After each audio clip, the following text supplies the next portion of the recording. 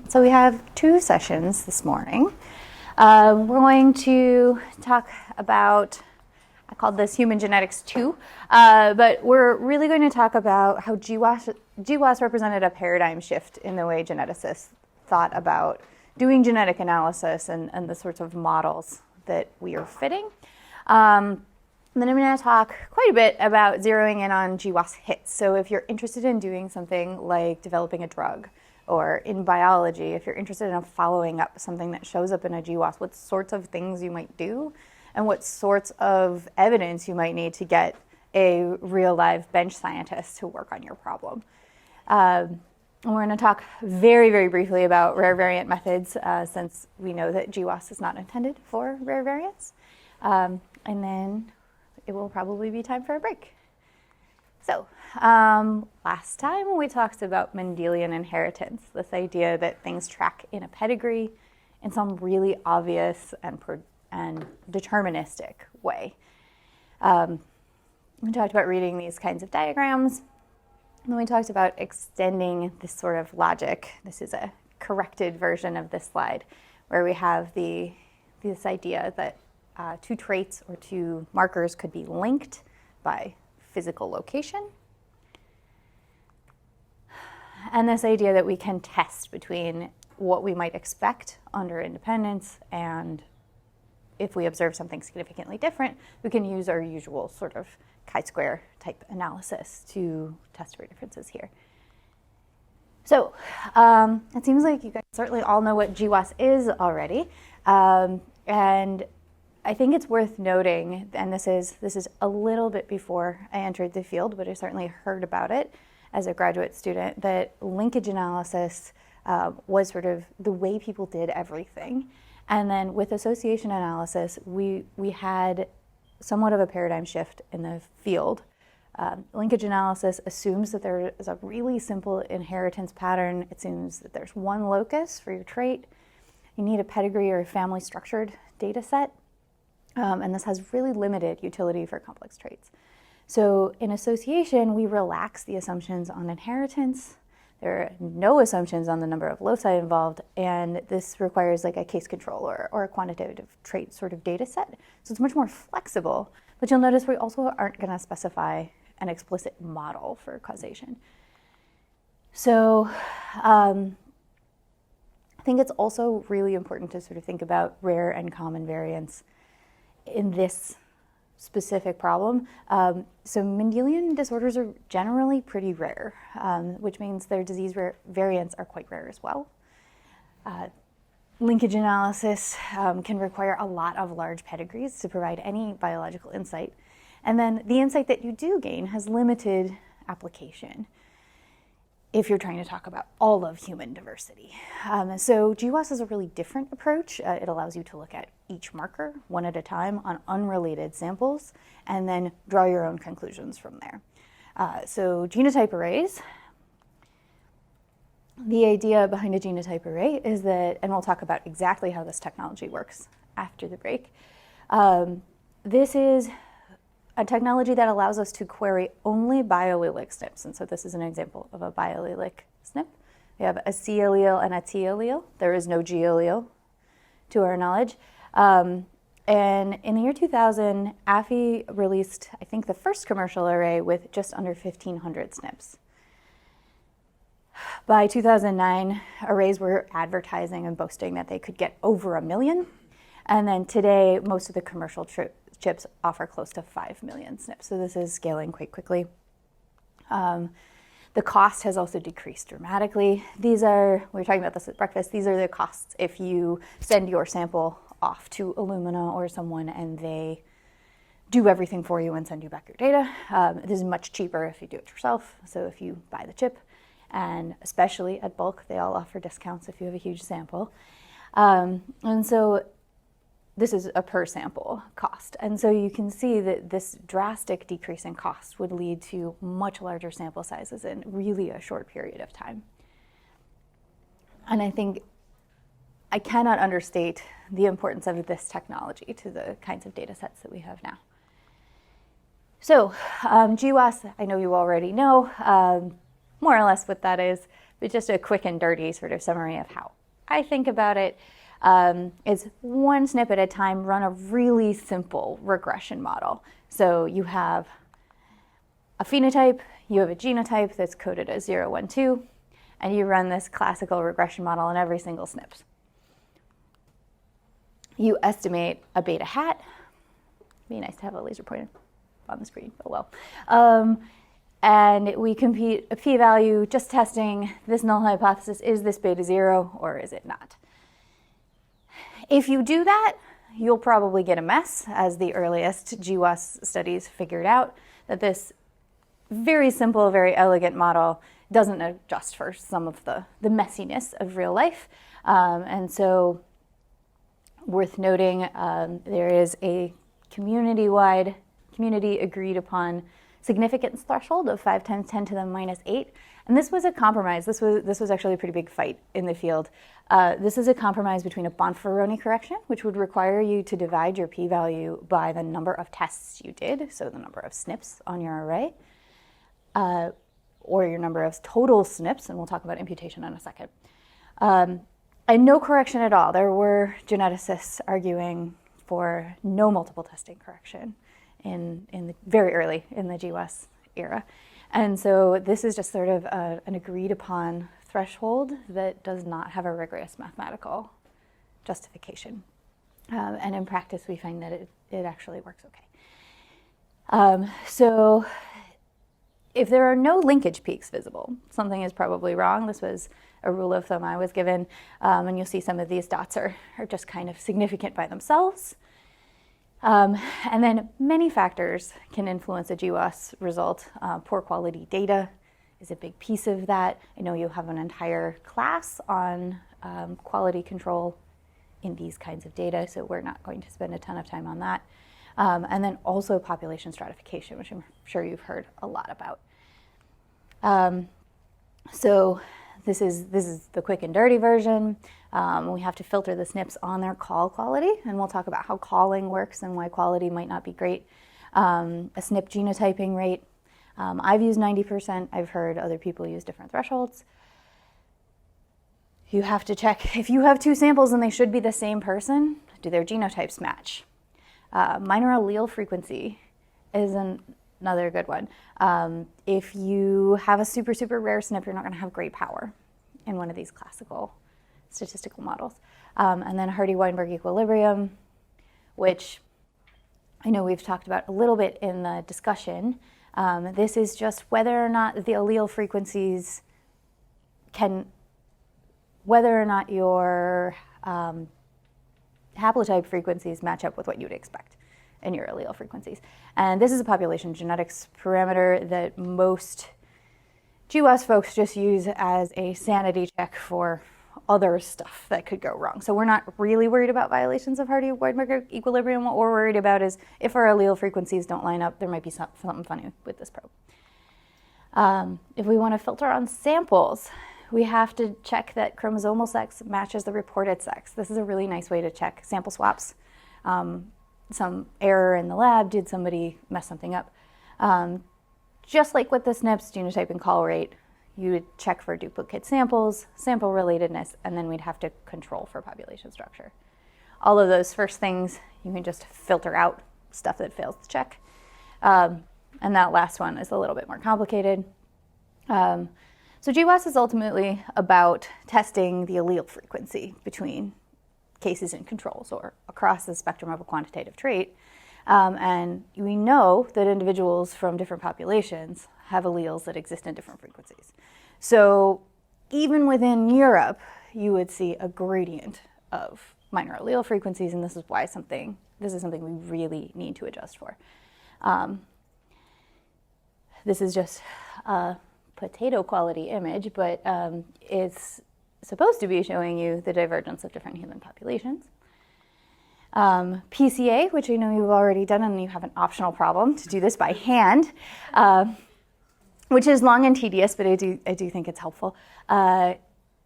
is something that captures population structure, and this was not obvious when this paper came out. It made quite a big splash, and it was not obvious that this mathematical procedure was actually going to capture population information at all.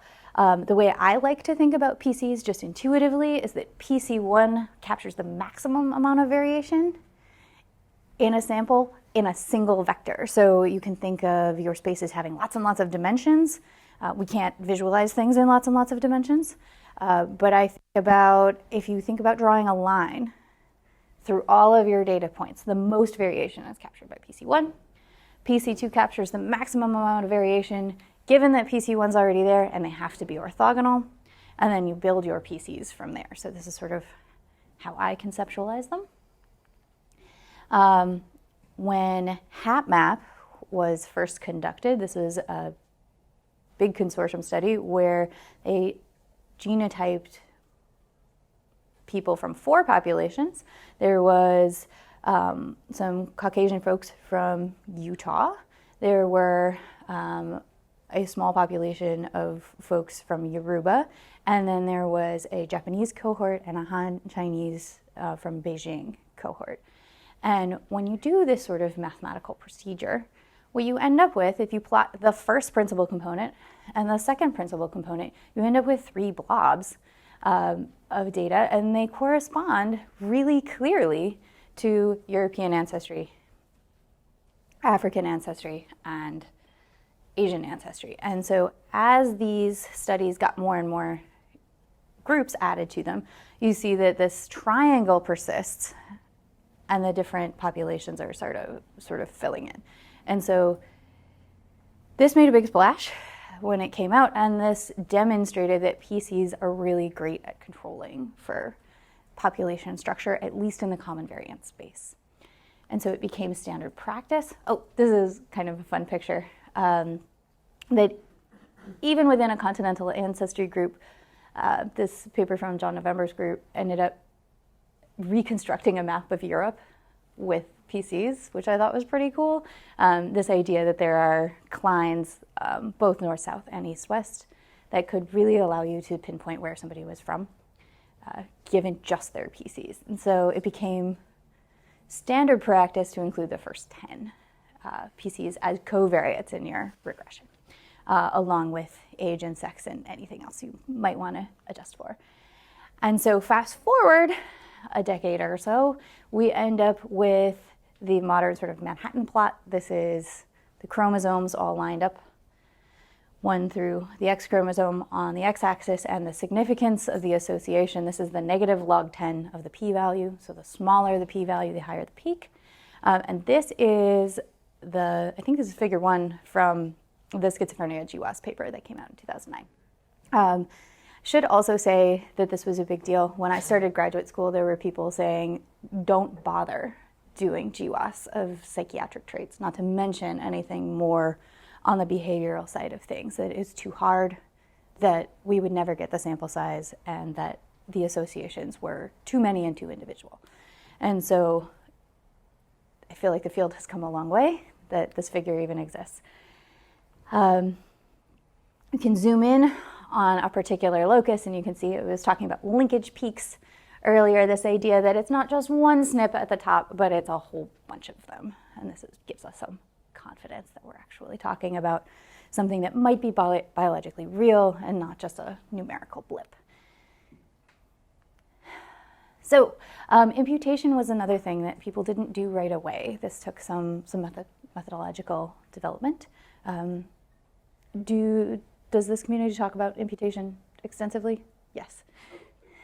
You should talk about it. Okay. It's important, but I don't think that people will be expert on it. Awesome. Okay.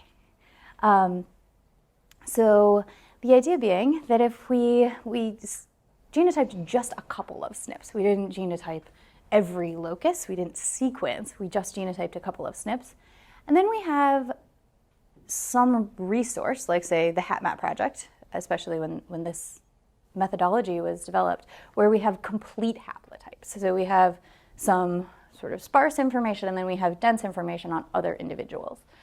And the idea behind imputation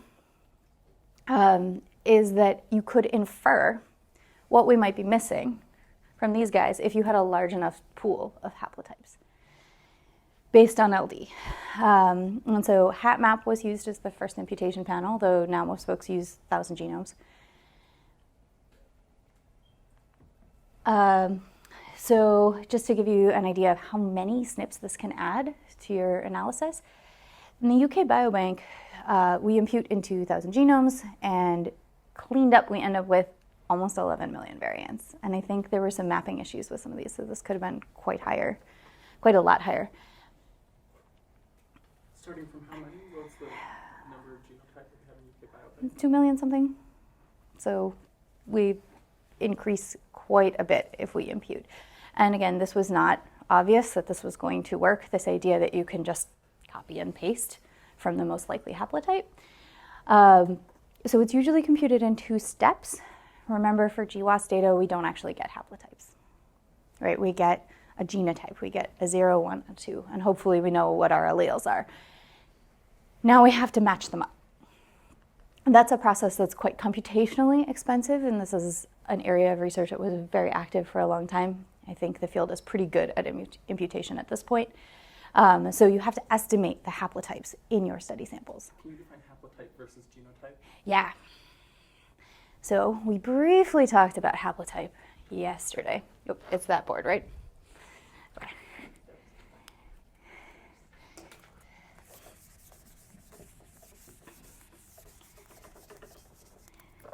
So you can imagine you have 1 chromosome from mom, 1 chromosome from dad, and say we have a SNP right here.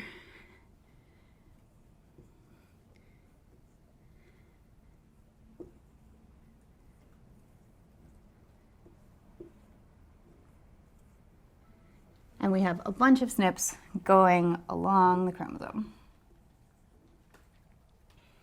If this is the true biological state of things, where we have the A allele, the G allele, the C allele, and the T allele in that order on your maternal chromosome, and different alleles in this order on the paternal chromosome, this isn't what you get off of a GWAS array. What you get off of an array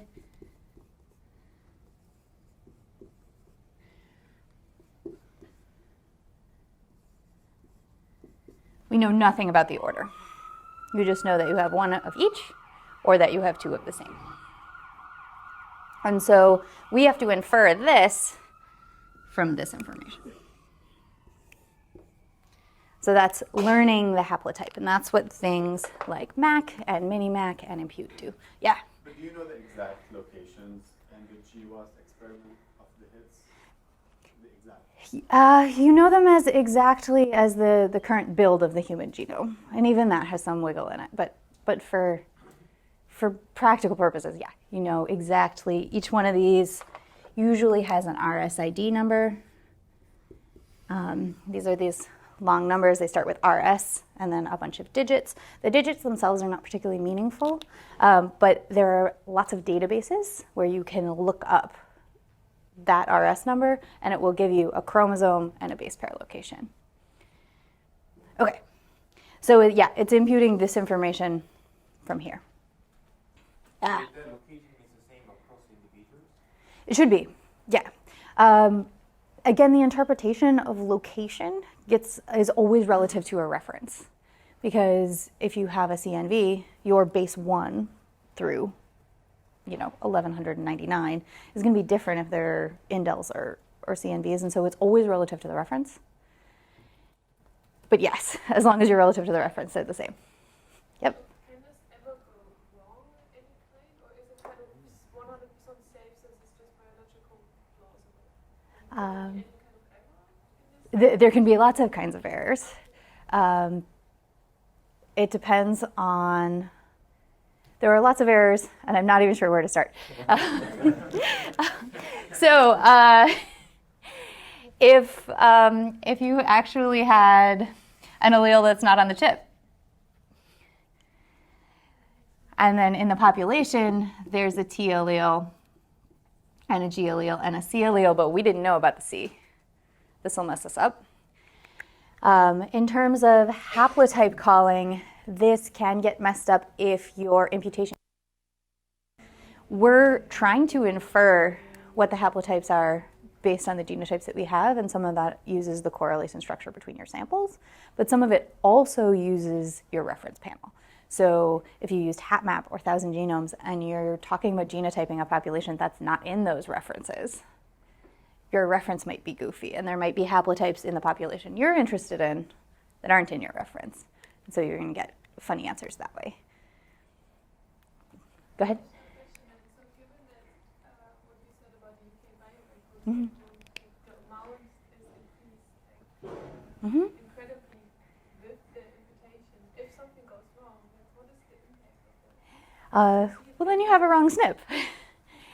So I should say that all of these methods spent a lot of time talking about quality scores. And so an imputation quality score is something that you get when you do this, and it is a measure of statistical confidence in the thing you have. Hopefully, if you had this kind of situation, your SNP never would have made it into imputation in the first place.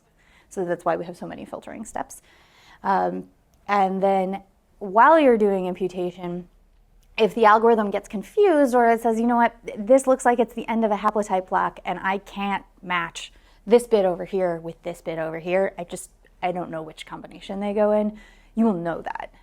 And so the confidence is pretty well reported in terms of which SNP you have. And so filtering on imputation quality is something that folks do. Behind you?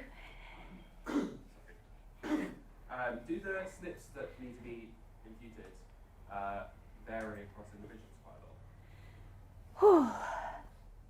Okay, so saying if we did another person and they had SNPs here, here, here, and here, is that an appropriate representation of your question?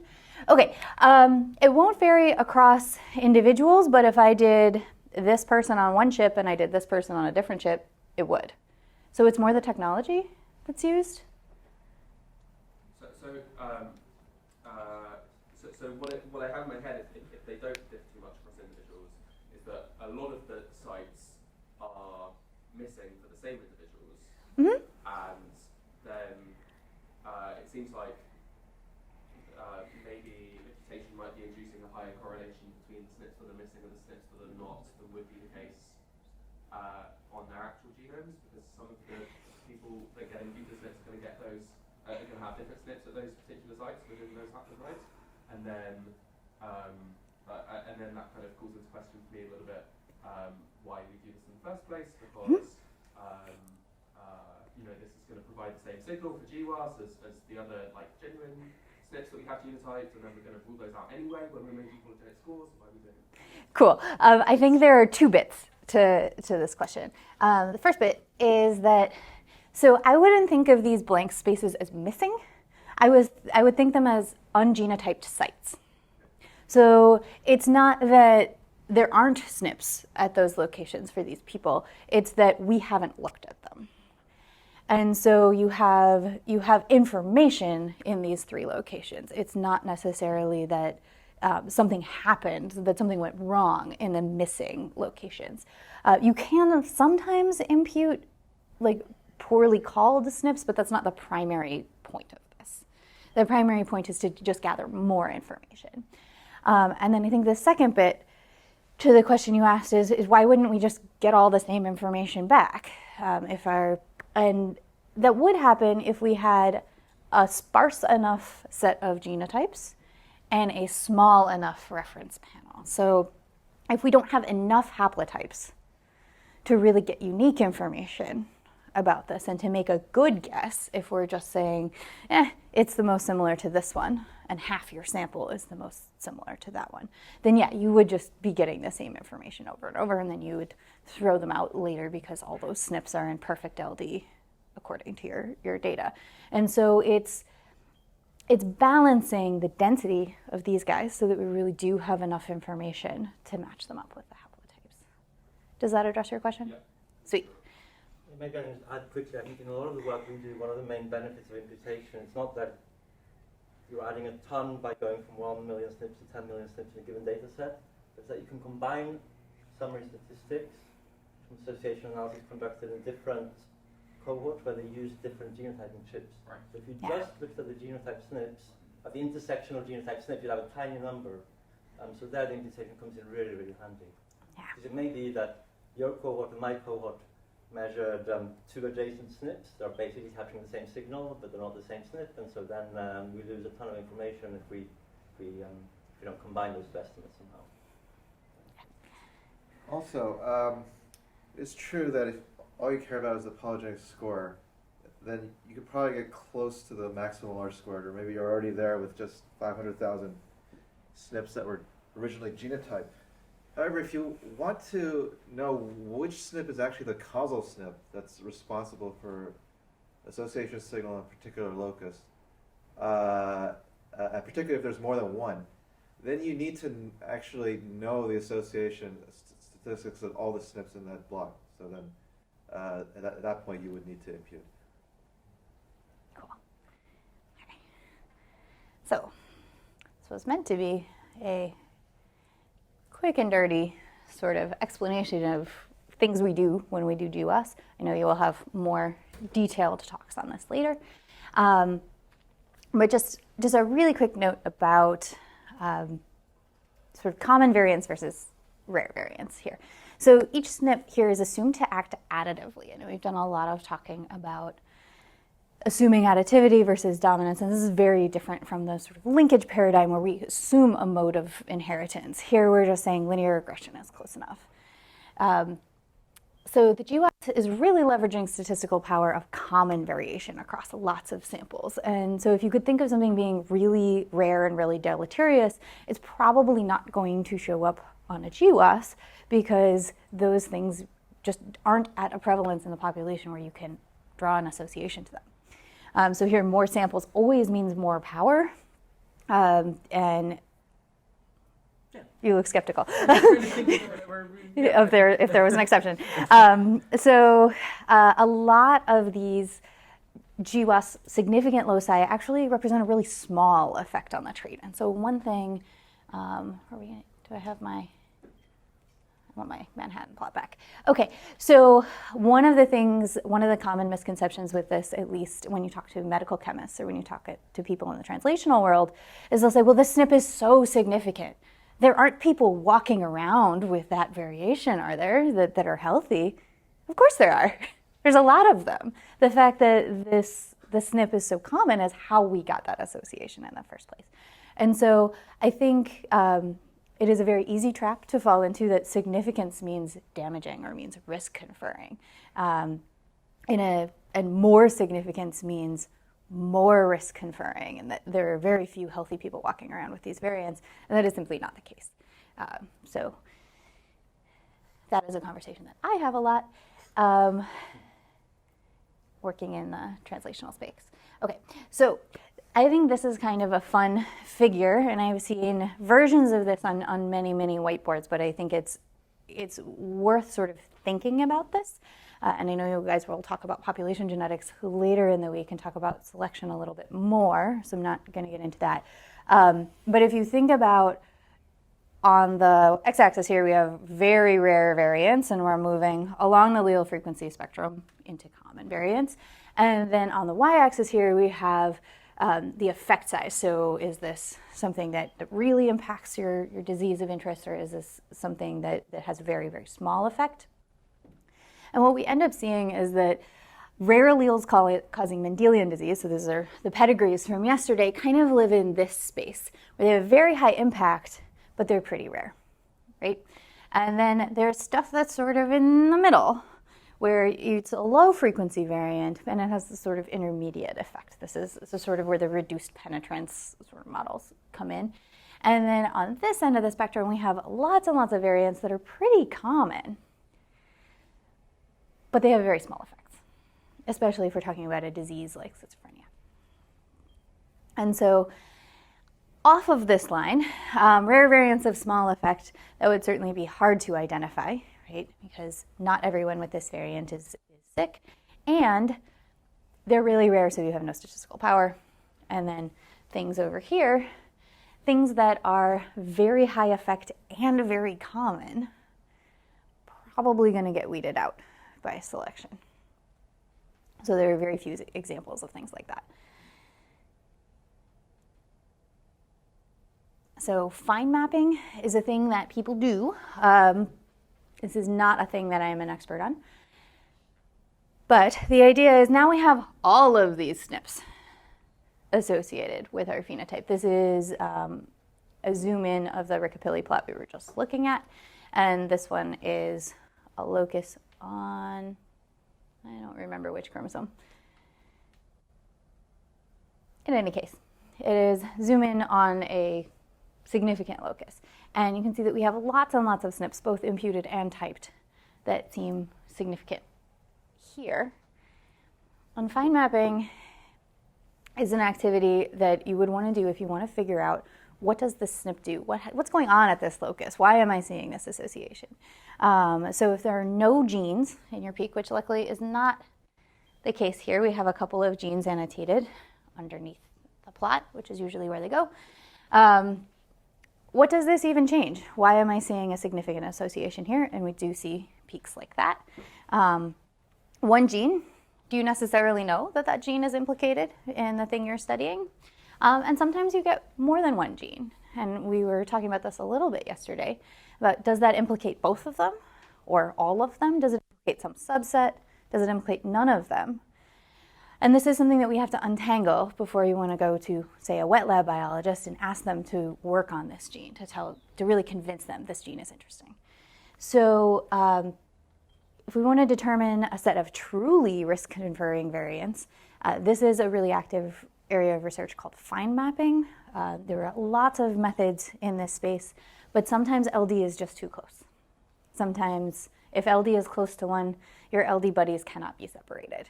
And there's no way to tell the difference. So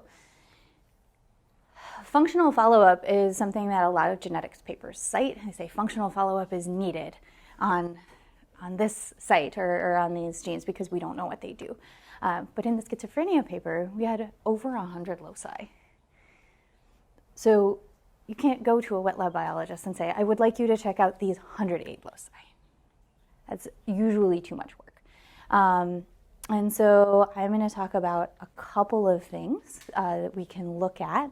This will involve learning a little bit more biology to maybe help the case along. And we'll talk about pathway analysis, which is also a thing that people do. I think we were talking about this at dinner last night.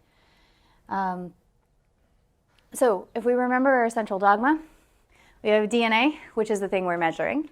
We have RNA, we have protein, and then going for the next mile or so, we would have all of the rest of biology.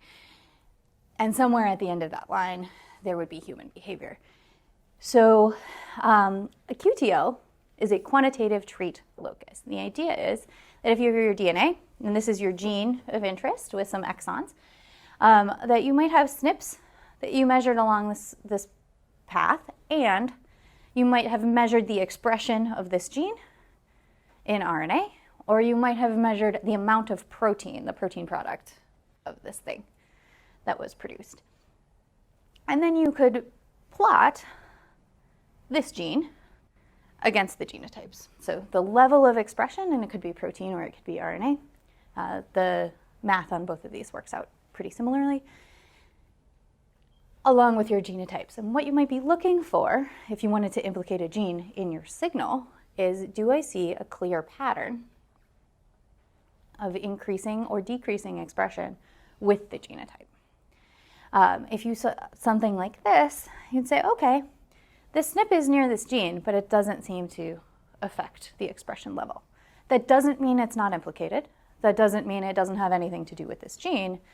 You're just saying it doesn't affect the level of expression, the overall amount of RNA or protein that you end up with.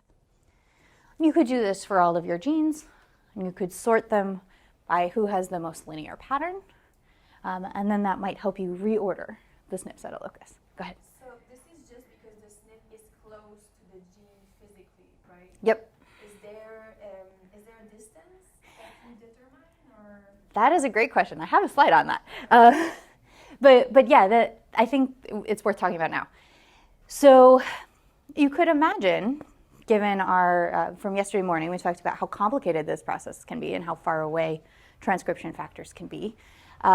And so you could imagine a case where a SNP on a totally different chromosome might impact how much of this we have. And that does happen, but the computational space involved in that gets very large. And so this is called in cis because they're near.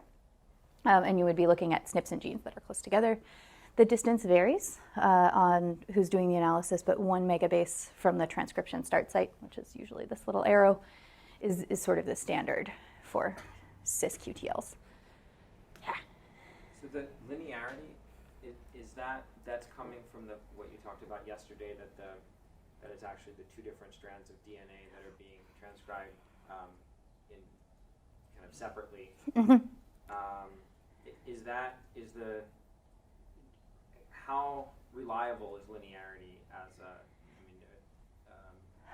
So that's a great question. I don't have a number, like a proportion off the top of my head, but I have absolutely seen EQTL results that look like this. And the idea being that the underlying model would be exactly what you said.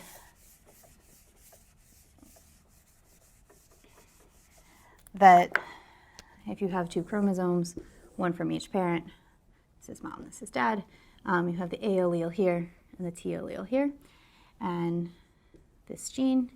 And we would say, okay, well, the A allele just increases the amount of transcription that we get from this particular chromosome. And so this is the model of like allele-specific effects. And the idea being that if you were heterozygote, you'd have something in between. And if you had 2 copies of the A allele, you would get more on both copies. And then if you had 2 copies of the T allele, you would get less on both copies. I could imagine biological processes like negative feedback or something that could cause deviations from linearity. Just wondering whether in practice linearity is really like by far the common thing that you would see. I would say probably about, and again, this is a fuzzy estimate because I don't think about quantifying how many of them, but I would say about half of the significant EQTLs I've seen look like this. You absolutely see cases where it appears to be a dominant effect. Boxes are not very square. I said where you see something like this, but if you fit a regression line to this, it still has a pretty steep slope, and so these still pop up as significant, even if though I haven't explicitly specified a dominance model. So this abbreviation QTL, you see it a lot in genetics papers. That's what it refers to. And the letter in front of it usually is what did they measure. So EQTL is an expression QTL, PQTL is protein QTL, SQTLs are splice QTLs. That's a new and exciting one. And so this is kind of how I've started to think about this in my time at Broad. If we think about genetics and the DNA as the beginning of this very long road, and then we think about the road as this long, winding, continuous thing. And then somewhere off in the horizon, we have behavioral phenotypes. You could say something like type 2 diabetes might be a little bit closer in the foreground, something like schizophrenia a bit past that, and then more behavioral phenotypes, perhaps further away from the underlying biology. And so you have your genetic variation here, and that's what we've started with. And now we've identified a nominal statistical association between here and here. That's an awful lot of distance.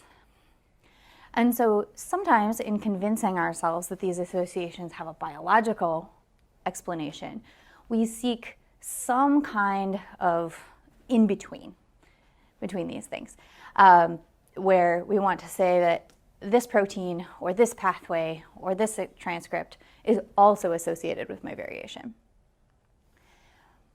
But the association needs to carry over all around. And this is a figure from Peter Vischer's group that talks about sort of causal inference by this. So if, say, we have a causal variant, we can demonstrate that there's an EQTL. We can also demonstrate that there's an association between our causal variant and our GWAS. this isn't quite enough. We also want to be able to say that this transcription is associated with our phenotype, that there's some reason that we think this gene might be involved, and that's the harder piece of the equation to put together. Often just this much is enough to get somebody interested, but to get a lot of work done on a particular molecular target, we really want to be able to say that it's this case at the top. This is causality, where our variant is causing the transcription, and the transcription somewhere along this long road is causing the phenotype that we're interested in.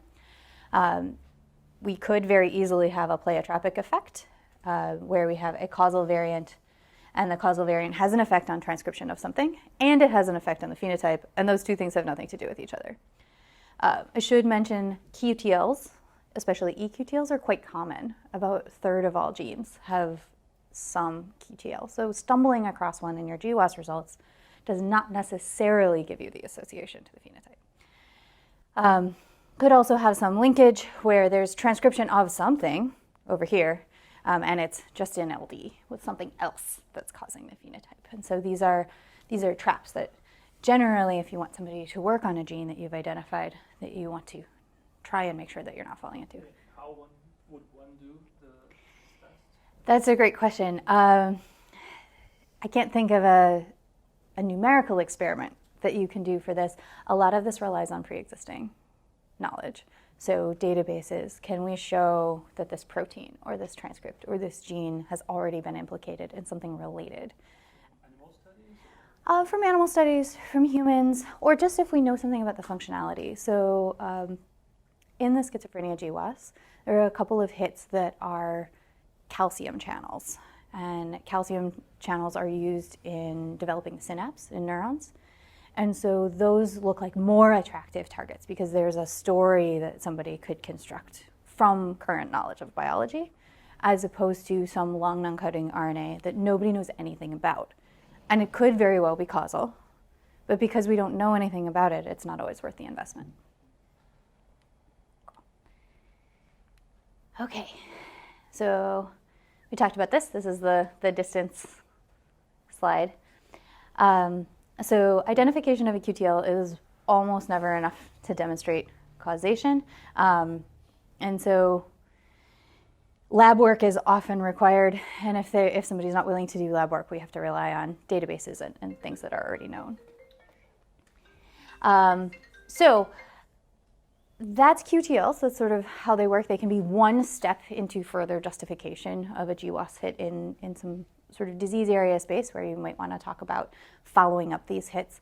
I also said I was going to talk about epigenetics, and to talk about that, we need to learn just a little bit more biology. So if you remember from yesterday, we talked about how DNA makes a double helix, gets wrapped around these proteins called histones, and then it forms a chromatin fiber, which is this tightly coiled bit of DNA, and it's highly organized. We talked about a chromosome. Yeah. Can you go back a slide? So you say histones, but then it says nucleosome. What's the distinction? The nucleosome is the whole, the DNA wrapped around the histones. Okay, so, and I very briefly sort of noted that if you have a cytosine, you can attach a methyl group to it. And this is just a small chemical modification of the DNA. So we're changing this one hydrogen to a methyl group. And this actually has tremendous functional consequences. So the idea of epigenetics is that methyl groups can bind to the C bases, particularly when it's a CG next to each other. It's a CPG site. And increased methylation decreases the binding affinity of the RNA polymerase, so we get less transcription. And it's not like one methyl group here will totally kill your transcription. It's more about the concentration of them and having a whole bunch of them in a row. In addition, we have, and that's what this little box down here is talking about acetylation. So acetyl groups are bind to the histones. And when they're deacetylated, the chromatin also becomes more tightly packed, and you get reduced transcription. And so epigenetics are things that are upon the genome, upon genetics, genome. And so this is sort of extra stuff that's on top. And so in general, the way we sort of think about this in broad strokes is that if you have methylated Cs and deacetylated histones, that the chromatin is closed, that it's too tightly packed for any sort of RNA polymerases to get in there and to copy anything. And then conversely, open chromatin is when your Cs are unmethylated and the histones are acetylated, and that gives the DNA more relaxed structure, and it allows other molecular machinery to get in there. Yeah. So I feel like I always hear people talking about methylation, and I don't think I ever hear people talking about acetylation. Is there a reason for that? Yeah, I think it's primarily technological. Is that with bi-cell site sequencing, we can talk about methylation. And acetylation and histone modification, those technologies are much newer. Roadmap has some of them in their database, but I think methylation and epigenetics in general have also become synonymous in the field, and people talk about methylation when they really mean many combinations of this stuff. Yeah. I guess the potential function of something like that. So because people talk about epigenetics as picking up some environmental information about So I have a. It is. It's a dynamic system. I have a couple of examples where it's deterministic, and then we should absolutely talk about some dynamic examples. I can think of a couple off the top of my head. So I'm going to do some deterministic examples first, and then we should do the dynamic ones. So this is a bit of a cyclical process. So the sequence can influence how much methylation and how much epigenetics you have. Your epigenetics can influence how much transcription you have, and so it's all a very dynamic process, and in some cases there are quite a few causal cycles. So this is a small region of chromosome 15, and it's a single de novo mutation can cause silencing of this area highlighted in red. Something that's a little bit strange is that if you silence the paternal copy, so if this mutation happens on the paternal copy of chromosome 15, they should be the same, but methylation does allow us to keep track of which copy of the chromosomes from mom and which copy of the chromosomes from dad. So this causes Prader-Willi syndrome. Prader-Willi syndrome has its own very distinct phenotype. And if you get exactly the same mutation on the maternal copy of the allele, you get a different chromosome, or you get a different syndrome called Angelin syndrome. Photographs of children affected with both. Notice this one causes a short stature, this one causes microcephaly, so they're physiologically quite different, even though we're talking about the same location of the same chromosome. It's just the maternal copy and the paternal copy. And this is meant to be more of an example of how little we understand the regulatory mechanism of epigenetics overall. We know that we can keep track of which chromosome is which. However, we don't know exactly how far that goes or what it does involved in regulatory behaviors. So some other known ones, silencing of the paternal genome.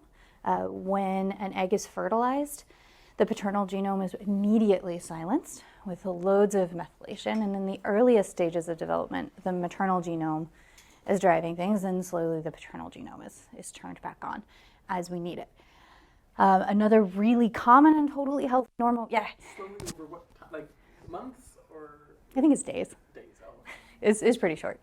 You need to be diploid pretty quickly in development, but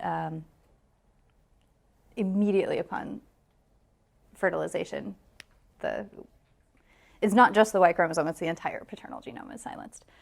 How exactly do we identify whether it's paternal or maternal? So a lot of the studies uncovering this kind of stuff, they had markers for, so this sort of linkage style markers, and then would observe which one's methylated and which one's not. And you can see it under very high powered microscopes, they get all squished. So we can't always tell without doing some genotyping, but it is evident that our cells might be able to.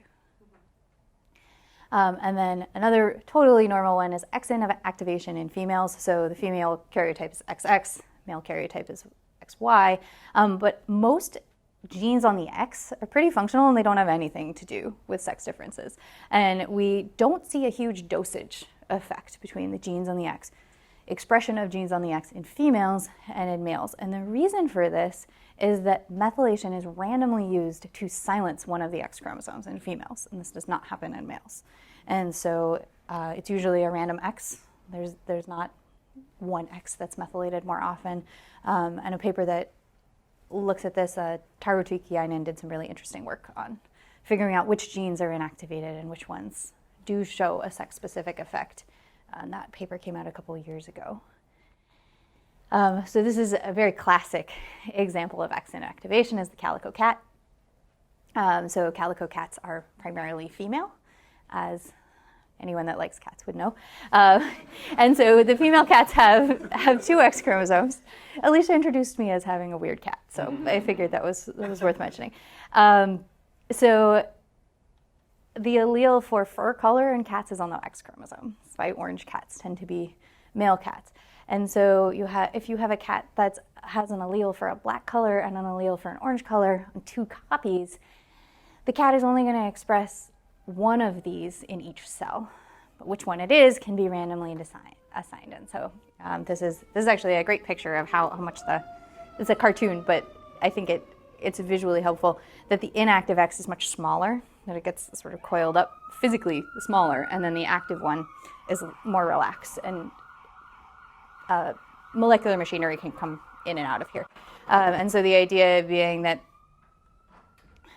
the cat will randomly express the orange or the black. Yeah? If it's random, then why are they patchy? Orange or black on the cat seems correct? That's a great question, and I don't know. I had the same question. I mean, maybe if you collect a million of those cats, it's going to be even. You'll never know. Oh, yeah. I think you're asking about the spatial correlation, though, right? Yeah. That why is there an orange spot and a black spot? That was my guess, the same as the gray cat with the face, but I didn't get far enough in my querying of this question to be certain that I could give you that answer and be right. But yeah, that was my guess as well. All right. Yeah. So you have methylation of X chromosomes and that, so in that in some cases it happens more in females. But what you mentioned before, that it matters, but it could matter which, with these two different diseases, that it could matter which, whether you got it from mom or dad, yeah. Can you make the big deal or say something about the big deal about inheritance of environmental stuff? Yeah. I mean, Yeah. this is where I go back and forth with, like, I don't understand where the literature stands with that. Whether does it actually exist? If it does, then we're saying goodbye to inheritance. It does exist, and the most classical example of that is smoking. The one that people will talk about the most is that there is a very clear methylation signature between people that smoke and people that don't. And people that have quit smoking, you can see that signature changes. And then you see something about their kids or something about them. Gotcha. I don't think anybody's looked at it being inherited. I think we're asking about transgeneration with epigenetics. I see. Like, how is it passed down? And I think that has been. You see that on the chromosomes of Yeah. the parents, which Yeah. seems like something that happened to the parent is transmitted to the child. Okay. I think I should clarify that this mutation here is going to be a de novo mutation. So the parent doesn't have it in their somatic cells. This is a germline mutation. So the mutations that happen during meiosis. So if dad had this mutation in somatic cells, then dad would be affected as well. So these are still germline mutations. And the only thing that we're pointing out here is that somehow this epigenetics business is used to mark which chromosome is from mom and which chromosome is from dad. It's not necessarily marking this mutation. So it doesn't challenge Darwinism, but it challenges It definitely challenges Mendel's laws a little bit, that on the autosomes it shouldn't matter if a chromosome came from mom or dad. we can demonstrate that in some cases it does. Okay. See how we're doing on time. Okay. So systematically this is poorly understood, but there are some very nice examples of how we can show that this really does have an effect on our biology. This is dynamically changing all the time, and epigenetic marks absolutely change the expression of the genes near them, and they can be regulated dynamically by expression of other genes and by the sequence itself. So epigenetics is something that's a very active field of study right now. The Roadmap project is something that started to look at this. They have information on methylation and on histone modification. I'm not an expert on all the types of histone modification, but I believe there are 4 of them included in Roadmap. And so same with QTLs, identification of an epigenetic correlation with some kind of genetic variant is not always enough to demonstrate causation. And so often we need to move to something like model systems, animal models, things like that. Pathway analysis is another thing that folks will do. And so these are examples of these databases that talk about functional relationships between genes. This is everything we know as best we can catalog it.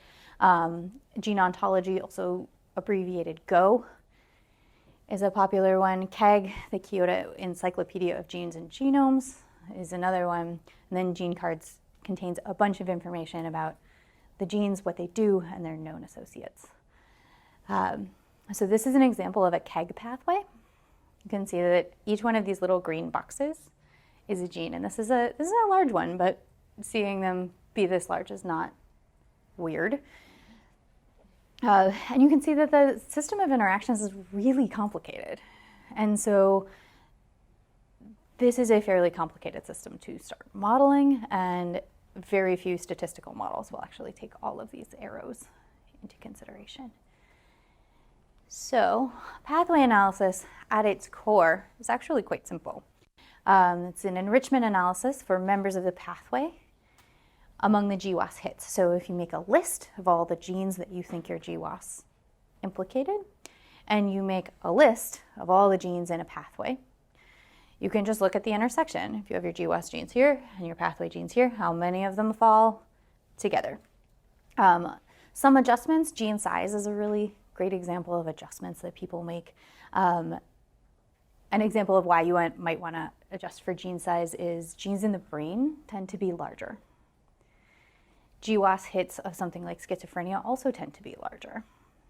This could be because we are actually brain enriched, and this could be because we are just looking at large genes. And so sometimes we also adjust for gene size and other.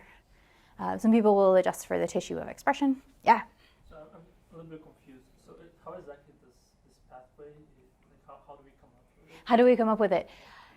Years and years of individual chemists doing individual experiments on individual molecules. How exactly? How exactly? I have no idea. Yeah. So I'm starting to get out of my depth very quickly, but But is doing lab experiments Yeah. without animals? yeah. So proteomics labs and labs that deal with proteins in general, there are a lot of very specific experiments. Can you demonstrate that this protein binds to this protein? And that industry has a whole set of benchmarks and rubrics for what it means to constitute. Yeah, my biology friend. There's like, if you look at the history of literature, there's a few papers for almost every arrow in this. Okay. And depends on the database, like these databases are continuously updated. So it's like the very narrow experimental setup and sometimes some inferred relationship. Also, sorry, there's also knockdowns and other kinds of things Mhm. that you do on like metabolic pathways, for example. You can identify when certain things are interrupted either through a mutation or something, and you essentially can break down that single pathway every step of the way. Yeah. It was helpful. But what is, can you take us just through the legend? What do we see here? We see genes. This is a network of how genes are working, or Mhm. what are the other stuff? So usually, in KEGG notation, the small rectangles are genes. There's the oval, larger rectangles are cellular processes, but this varies. For example, if you look at cancer pathways, there's another category for hallmarks, but each representation is a category, and the larger you get to the shape, the larger is the process. Yeah, thank you. We were talking about this at breakfast, so yeah. All right, so in a pathway analysis, and again, I just want to draw your eye to the contrast of the complexity of this diagram and the simplicity of this diagram. So often in pathway analysis, what we're doing is saying, this means this pathway is enriched. I saw a large degree of overlap. This pathway is not enriched. I saw a small degree of overlap. Most pathway analysis, to my understanding, do not deal with directions of effect and making sure that everything is consistent. Yeah. So then the degree of overlap, is there just like a cutoff? Yeah, so this is sort of the classic, just like we talked about in linkage, do we think assignment to my GWAS hit list and assignment to the pathway are random and independent, or do we think that there's some correlation? So this is some sophisticated variations, but at its heart can be just thought of as a chi-square sort of a test. Do we see more overlap than we thought we would see by chance? Okay, so functional follow-up and animal models. So throughout evolution, we have a lot of genes, and many of these sequences are conserved. So this is a phylogenetic tree of the branch of the animal kingdom. And so we have some common animal ancestor, and we go from the lamprey eel back in the day all the way up to modern primates. You can see that there are several branching events here, and the mouse is actually not that far from us on this tree, even though this obviously represents several million years. But still, in this picture, we're not that far apart. And so many human genes have animal counterparts, and the term homolog refers to a counterpart or something that is similar enough in sequence that we think we shared an evolutionary ancestor. So model organisms have several advantages, specifically that breeding can be controlled. So you can cross this mouse with this mouse and then cross the same mouse with something else. A bit unethical to be doing that in humans. They have fast generation times. Mice mature very quickly, flies even faster, and so we can study many generations, many transmission events in a very short amount of time compared to humans. And then this is sort of what we alluded to earlier in the pathway diagram, is that genes can be knocked out or knocked down, and there are several technologies that do this. Most recently, CRISPR-Cas9 allows you to do gene editing, and this allows you to alter the genome of something that you're looking at. This is more for cells in a dish than it is for mice right now, I think. And some drawbacks to doing this kind of thing is that extensions to humans are not always obvious, especially if you work on psychiatric disorders.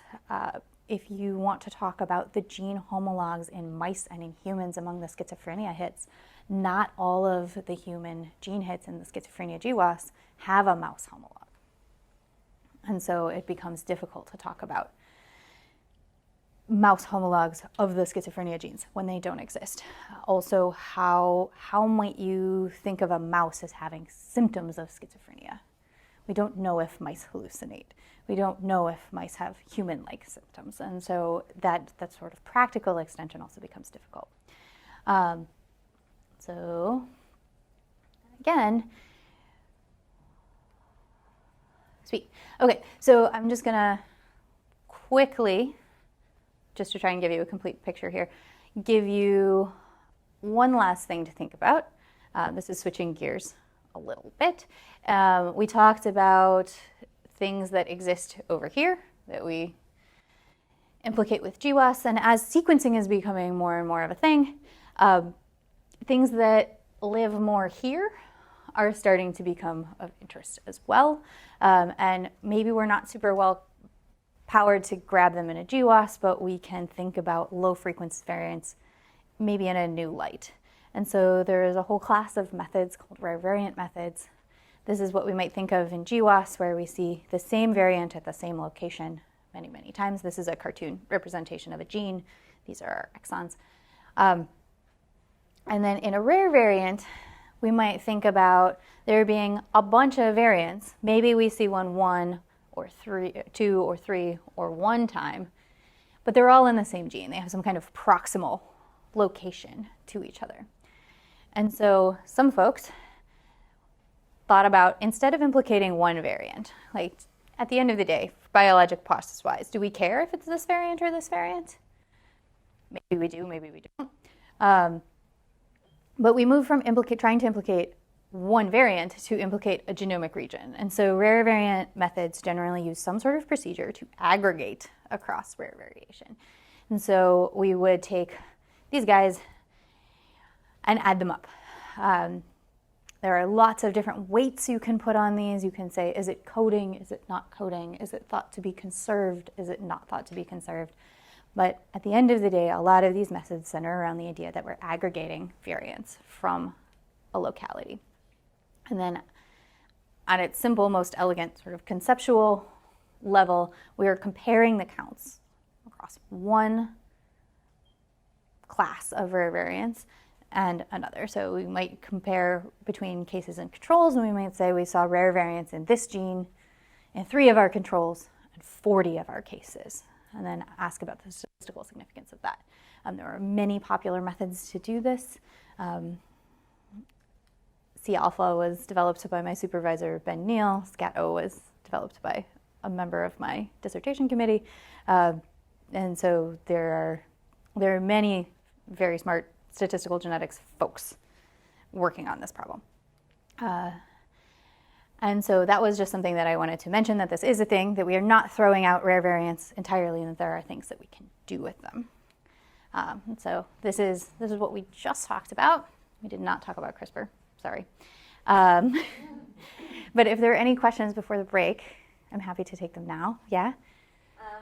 Concerning methylation, I was wondering what's the biological reason why we need methylation? So if there is an evolutionary reason, or because you said it can either be controlled by certain genes or by environmental factors. Yeah, again, I would think of this as more of a dynamic system of regulation and less of a teleological sort of like, this is why. I think it's more that it's a thing that happened and it produced a result that survived, and then it kept happening, rather than there's a reason for it. I mean, the best reason I can give you is regulation, control, and membership in a dynamic process, which I understand is not the most satisfying answer that I could give you. Yeah. This might be a silly question about GWAS, but is the reason why we run GWAS one variant at a time, is that a purely computational consideration, or why not more? Why not? Why not do like a haplotype analysis? Same regression? Okay. Yes, I think it is primarily a computational concern. There are folks in the room that know more about this than me. I strongly encourage them to jump in. But the way I think about it is that you have lots and lots of variants. So if you think of your X matrix, if you were going to do a multiple regression, and you have, how do we normally do this? SNPs and people. You have many, many more SNPs than you have people until pretty recently. And so doing a multiple regression with all of your people and all of your SNPs, even with LD pruning, it's an awful lot of degrees of freedom in one analysis. And you might still get significant betas, but now your power is reduced so greatly. And so doing this one at a time, one, makes it more computationally efficient. You can parallelize this process. You can run all the SNPs on chromosome 1 on one machine and all the SNPs on chromosomes 2 and 3 on another machine and get your answer faster. But also, like, especially in the early GWASs, you really ran out of degrees of freedom much too quickly to do this. Two SNPs that are in perfect LD, I mean, it doesn't, you're going to have collinearity no matter how many people you gather as well. Or if they're in high LD, then the distinguishing between the two is impossible. Sure. So So I think it's primarily computational, but there's also, even if we address those computational issues, there's those statistical issues. Right, but wouldn't there be some rationale for some variants that we know they relate to each other? We need to sort of adjust for. Do you see what I'm getting at? I mean, I understand what you're saying, but like, is there some rationale for including a selection of, not all of them, but some in the same model? My understanding is that that is something like what we do in mixed models, isn't it? Not mixed models, but Kojo. Kojo, yeah. So Kojo is a method that does something along the lines of what you're suggesting, where you select a small set of SNPs and control for those, and it does it in a kind of stepwise way in terms of picking which SNPs are nearby and not at such high LD that you have the collinearity problems that Patrick is talking about. So there are probably other methods to it. Kojo, I think, is the most well known. Thank you. Sweet. All right. Oh, one more. I was just wondering about the X activation thing, Mm-hmm. how we should think of that in relation to the assumptions of twin models. Whew.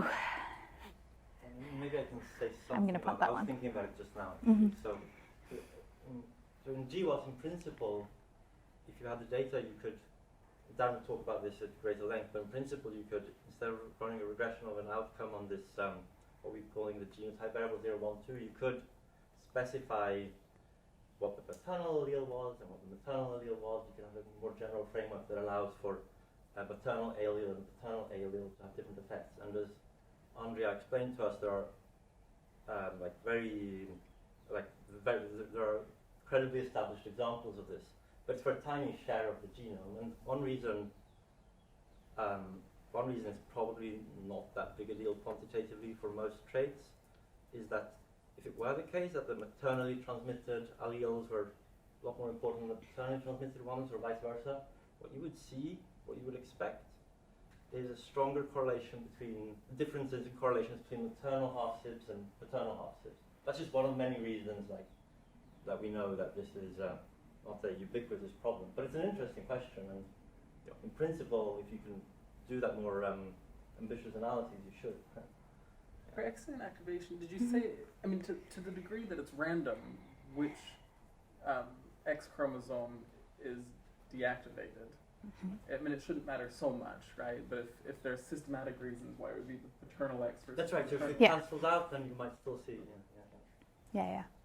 And in Tyro's paper, she talks about how it's not every gene, and some genes are not always inactivated, and there's certain regions of the X that behave that way, and that there is a distribution, that it is centered at around a half, but that there's a distribution around a half, that some people do have more expression in one X than in the other.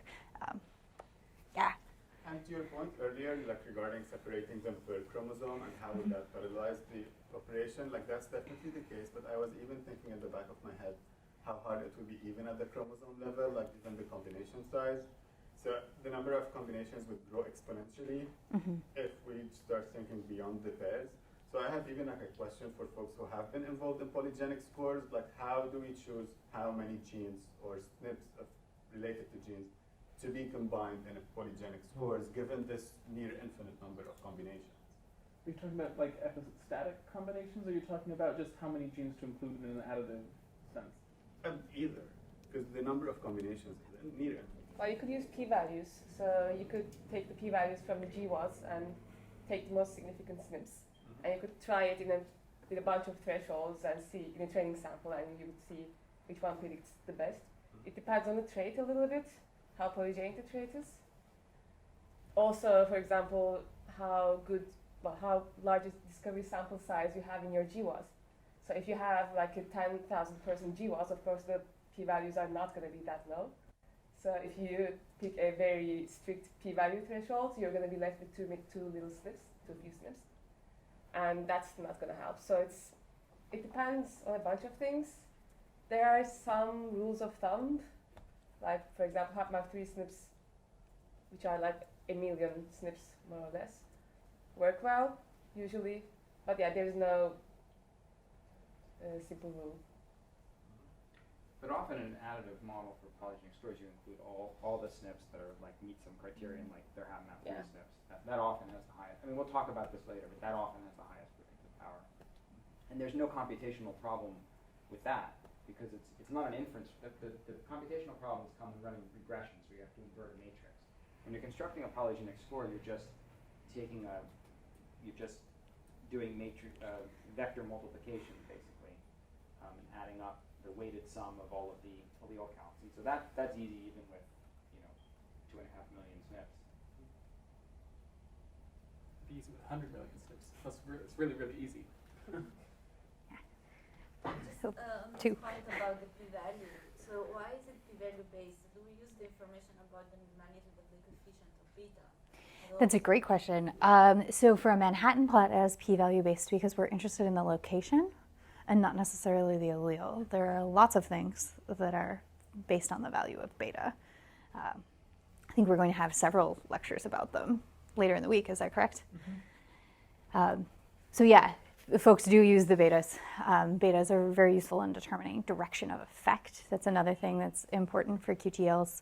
I had a long conversation with somebody that works on pharmaceutical development, and he mentioned that there were some cases where there was a SNP that was implicated. The SNP was near a gene, and the gene showed a QTL with the SNP. And a bunch of experiments were done to knock down the expression of this gene, but they had the direction of effect wrong. Yeah, big oops. Very expensive oops. And so, yeah, keeping track of the direction of effect. Do we want more expression? Do we want less expression? Does become important. I think you just said this, but I Yeah. just want to make sure I understood. So X inactivation doesn't mean zero transcription, it means reduced transcription. It means Is that the way to think about it? Yeah, it means reduced transcription, and it means reduced transcription. In some cases, okay, it's region specific. I think is the thing. Because if you say zero transcription, then like you wouldn't explain why some diseases are like some of these sex-linked diseases are more common in men. Well, it still would, because so if this is XX, this is the active X, and this is the inactive X, and this is a male. Males don't have a choice of which you don't have X inactivation in males, and so everything's expressed here.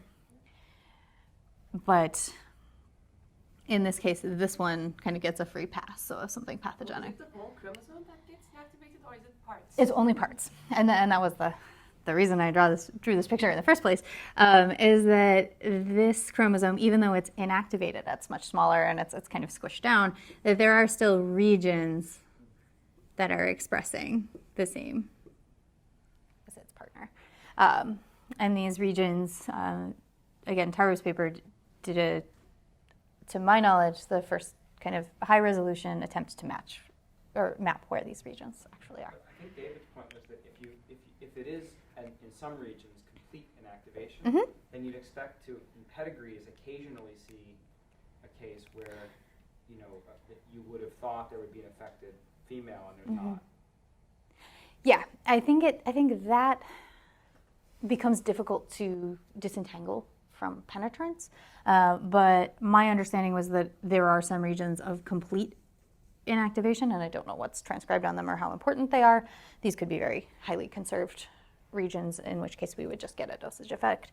And then there are some sort of gray area regions, and then there are places that are completely shared. So this is also a dynamic process. But the transcription from the inactivated X is drastically reduced overall. Cool. Okay. If there are no more questions, I think we're over time. Yeah, so let's take a 15-minute break now and resume at 5 after.